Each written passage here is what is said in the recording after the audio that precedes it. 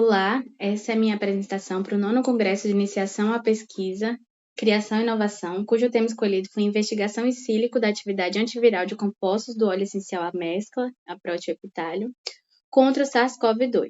Os autores foi eu, Emanuele Santana Lima, a orientadora foi a professora doutora Janaína Velasque da Costa Pinto, os colaboradores foi a mestra Nayane Oliveira e Fábio Júnior da Silva. Como todos sabemos, a pandemia do SARS-CoV-2, ela teve um impacto global. Ela acometeu cerca de 675 milhões de pessoas e foram a óbito cerca de 6,87 milhões de pessoas, o que é um lamento para a nossa sociedade, né? Então, para a gente entender esse trabalho, é importante que a gente entenda a estrutura do vírus. Quando a gente pensa em SARS-CoV, é importante a gente pensar numa esfera pequeniníssima, de 80 a 160 nanômetros, que ela é em formato de coroa, porque ela tem várias pontas em sua superfície. Então, ele é um vírus, que tem uma estrutura de RNA de sentido positivo e tem o formato de cápsula, que ele é formado por 4 proteínas principais, que são a proteína spike, a proteína E, que é a proteína envelope, a M, a de membrana, e a N, que é a nucleocapsídeo. Só que dentro dessas proteínas, dentro desse vírus, na verdade, nós vamos ter proteínas não estruturais, como a MPRO, que tem um papel fundamental na replicação viral, porque quando a gente fala de MPRO, a gente pensa que ela desempenha um papel crucial na reprodução do vírus. Então, ela é como se fosse uma grande tesoura molecular, que ela consegue cortar uma grande proteína precursora, criando várias proteínas que são necessárias para esse vírus se replicar e se multiplicar. Então, por que a gente escolheu a MPRO? Quando a gente consegue um remédio que ataca essa proteína, a gente consegue impedir a replicação viral. Então, a gente tem uma diversidade florística no Brasil, muito grande, porque na Mata Atlântica, da Bahia, principalmente, ela é conhecida como um ponto quente da biodiversidade. E lá, nos últimos 30 anos, a gente encontrou 27% de substâncias químicas que têm relação com essa biodiversidade. Então, quando a gente escolhe a proteoepitalho, que é a árvore que a gente escolheu, a gente consegue pensar em um óleo que ele tem um potencial muito grande contra essa proteína, porque mais para frente vocês vão conseguir ver que a gente conseguiu encontrar alguns componentes, que são possíveis combatentes a esse vírus. Então, com essa escassez de medicamentos, a gente tem como objetivo desenvolver algum medicamento que consiga minimizar os riscos dessa doença ou fazer com que ela se dissipe mesmo do corpo humano. Então, quando a gente estuda o SARS-CoV, como eu falei anteriormente, as proteínas, a gente consegue ver que as proteínas não estruturais, elas são mais fáceis de combater. Porque essa MPRO, por exemplo, ela é uma proteína que ela desenvolve o papel de replicação. Então, ela consegue clivar poliproteínas virais, permitindo a montagem de novos vírus e sua replicação. Já a spike, ela é mais como um mediador de entrada do vírus nas células hospedeiras. Então, quando a gente pensa na MPRO, a gente consegue pensar que quando a gente inibe ela, a gente vai estar interrompendo a replicação viral. Então, outro fator que faz com que a MPRO seja escolhida é o fato dela estar menos sujeita à mutação, que faz com que seja um alvo terapêutico estável. Ela também é uma proteína que tem uma estrutura enzimática específica, ou seja, quando a gente tem essa estrutura, a gente tem estudos que já mostram sucesso, na produção de inibidores específicos para essa proteína. E, por fim, o fato dela ter complementaridade às abordagens de vacinação e tratamento. Então, quando a gente consegue utilizar essa proteína, a gente consegue ter uma eficácia maior e menos resistência a mutações desse vírus. Nosso objetivo geral foi identificar, a partir da caracterização química do óleo essencial da mescla, potenciais compostos bioativos que possibilitem o controle da proteína não estrutural, que é a MPRO, como alvo para desenvolvimento de drogas do combate ao SARS-CoV-2. Os objetivos específicos foi caracterizar quimicamente esses óleos, né? Elencar os principais compostos com potencial atividade antiviral, trabalhar em modelagem em sílico e testar via docking molecular a atividade do composto.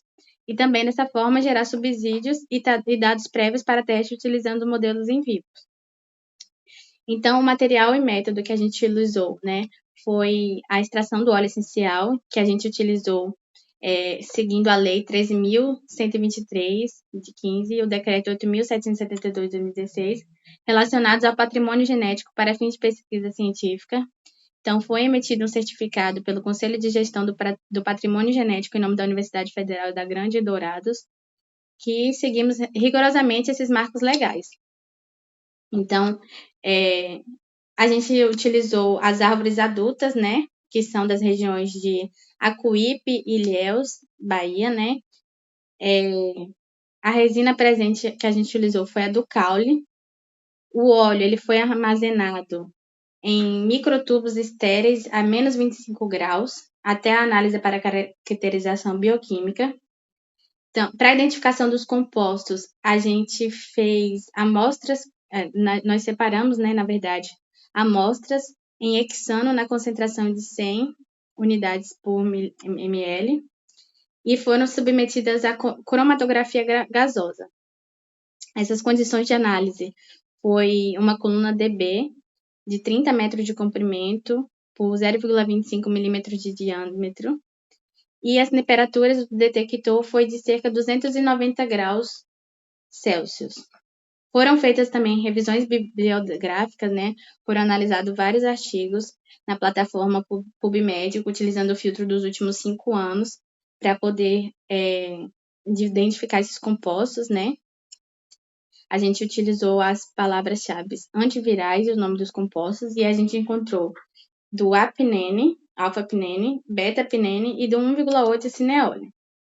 Também utilizamos a química computacional por meio de ancoragem molecular dos compostos, e a validação do método ela foi feita por meio do programa Autodoc, que eu vou explicar um pouco mais à frente.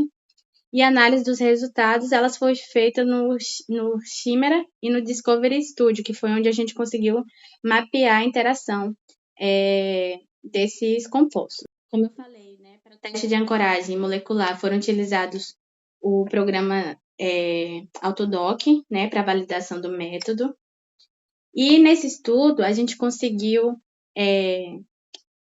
identificar a composição química desse óleo, que é o epitálium da mescla, né?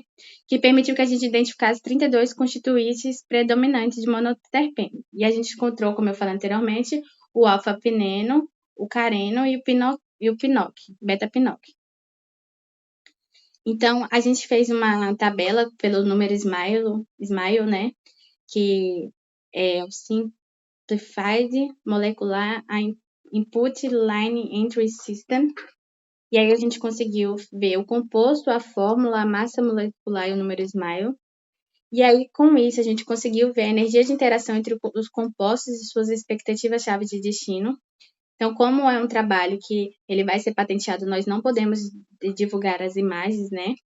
Então, a gente colocou o composto, a descrição, a chave de destino, o valor de energia. E aí a gente conseguiu esses resultados, que foram todos testagens humanas. A gente conseguiu caracterizar os 5 melhores compostos, né, que tiveram as melhores interações contra o sítio ativo da proteína MPRO, que foi o alfa-cubeno, 1,8 cineole, o alfa-terpineol, o terpineno 4-OL e o beta-pinene. Então, a gente conseguiu concluir que os 2 monoterpenos, que foi o beta-pinene e 1,8 cineole, eles se destacaram por suas interações promissoras com o sítio ativo da proteína MPRO. Então, é recomendado, né, que a gente continue essa pesquisa com ensaios laboratoriais para avaliar seu potencial contra o SARS-CoV-2. Por isso que ainda nós não podemos divulgar as imagens desse trabalho, né? A gente conseguiu ver que, sim, tem dados científicos em plataformas importantes que conseguem afirmar as atividades anti-inflamatórias, antioxidantes e mucolíticas desse componente. e nós vamos continuar essa pesquisa para poder avaliar esse potencial. Aqui estão as minhas referências. E eu quero agradecer ao UFSB pela concessão da bolsa, né, de iniciação científica, a Rede Baiana de Bioprospecção e Desenvolvimento de Fármaco, que é a Bioprofar, e a FAPESB pelo apoio financeiro à pesquisa.